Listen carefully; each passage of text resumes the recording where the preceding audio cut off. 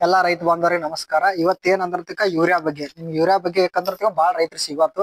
ರೈತರಿಗೆ ಹೆಂಗಂದ್ರ ಯೂರಿಯಾ ಎಷ್ಟು ಪ್ರೀತಿ ಮಾಡ್ತಾರ ಅಂತ ಹೇಳಿ ನೀವು ನೋಡ್ಕೊಂಡ್ ಬರ್ಬೋದು.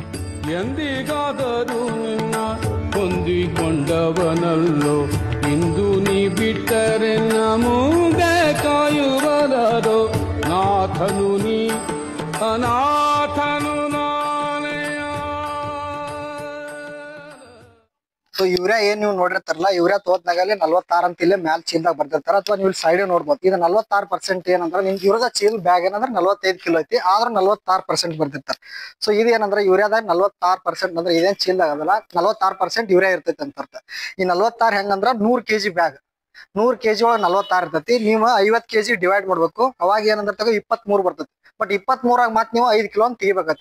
ಸೊ ನಿಮ್ಗೆ ಅಲ್ಟಿಮೇಟ್ ಏಟ್ ಅಂದ್ರೆ ಒಂದ್ 23 ಮತ್ 5 ತೆಗೆದ್ರೆ 21 ಕಿಲೋ ತಕ ಬರ್ತೈತಿ. 21 ಕಿಲೋ ಹಾಕಿರ್ನು ನೀವು 21 ಕಿಲೋ ಮಾತ್ರ ಯೂರಿಯಾ ಇರ್ತೈತಿ 45 ಕಿಲೋ ಬ್ಯಾಗ್ನಾಗ. ಬಟ್ ಇದನ್ನ ನೀವು ಮತ್ ಮಣ್ಣಿಗೆ ಹಾಕಿದಾಗ ಬಾಳ ಅದ್ರಂದ್ರ 5.5 ರಿಂದ 6 ಕಿಲೋ ಮಾತ್ರ ನಿಮ್ಗೆ ಸಿಗ್ತದೆ, ಅಂದ್ರೆ 30% ಮಾತ್ರ ನಿಮ್ಗೆ ಬೆಳೆ ಸಿಗ್ತೈತಿ. ಸೊ ರೈತರು ನೀವ್ ಏನ್ ಮಾಡ್ರಿ, ಅದ್ರ ಬದ್ಲಿಯಾಗಿ ಇವೇನ್ 32 ಅಂತ ಹೇಳಿ ಇದ್ರಾಗ 32 ಅದ, ಅದ್ರಾಗ 46 ಅದ. ಬಟ್ ಇದೇನ್ ಮಾಡ್ತದೆ 90% ನಿಮ್ ಬೆಳೆಗೆ ಸಿಗ್ತದೆ. ಇದನ್ನ ಡೈರೆಕ್ಟ್ ಸ್ಪ್ರೇ ಮಾಡ್ಬೋದು. ಮತ್ ಇದ್ರಾಗ ಇಲ್ಲಿ ನೀವು ನೋಡ್ತಾ ಇರ್ಬೋದು ಯೂರಿಯಾ, ಅಮೋನಿಯಂ ನೈಟ್ರೇಟ್ ಅಂತ ಹೇಳಿ 3 ತರ ಯೂರಿಯಾ ಇರ್ತದ. ಅದ್ರಾಗ ಅದ್ರತಿಗೋ ಅಮೈಡ್ ಅಂತ ಹೇಳಿ ಒಂದ ತರ, ಅಂದ್ರೆ ಯೂರಿಯಾ ಒಂದ್ ತರ ಮಾತ್ರ ಯೂರಿಯಾ ಇರ್ತದ.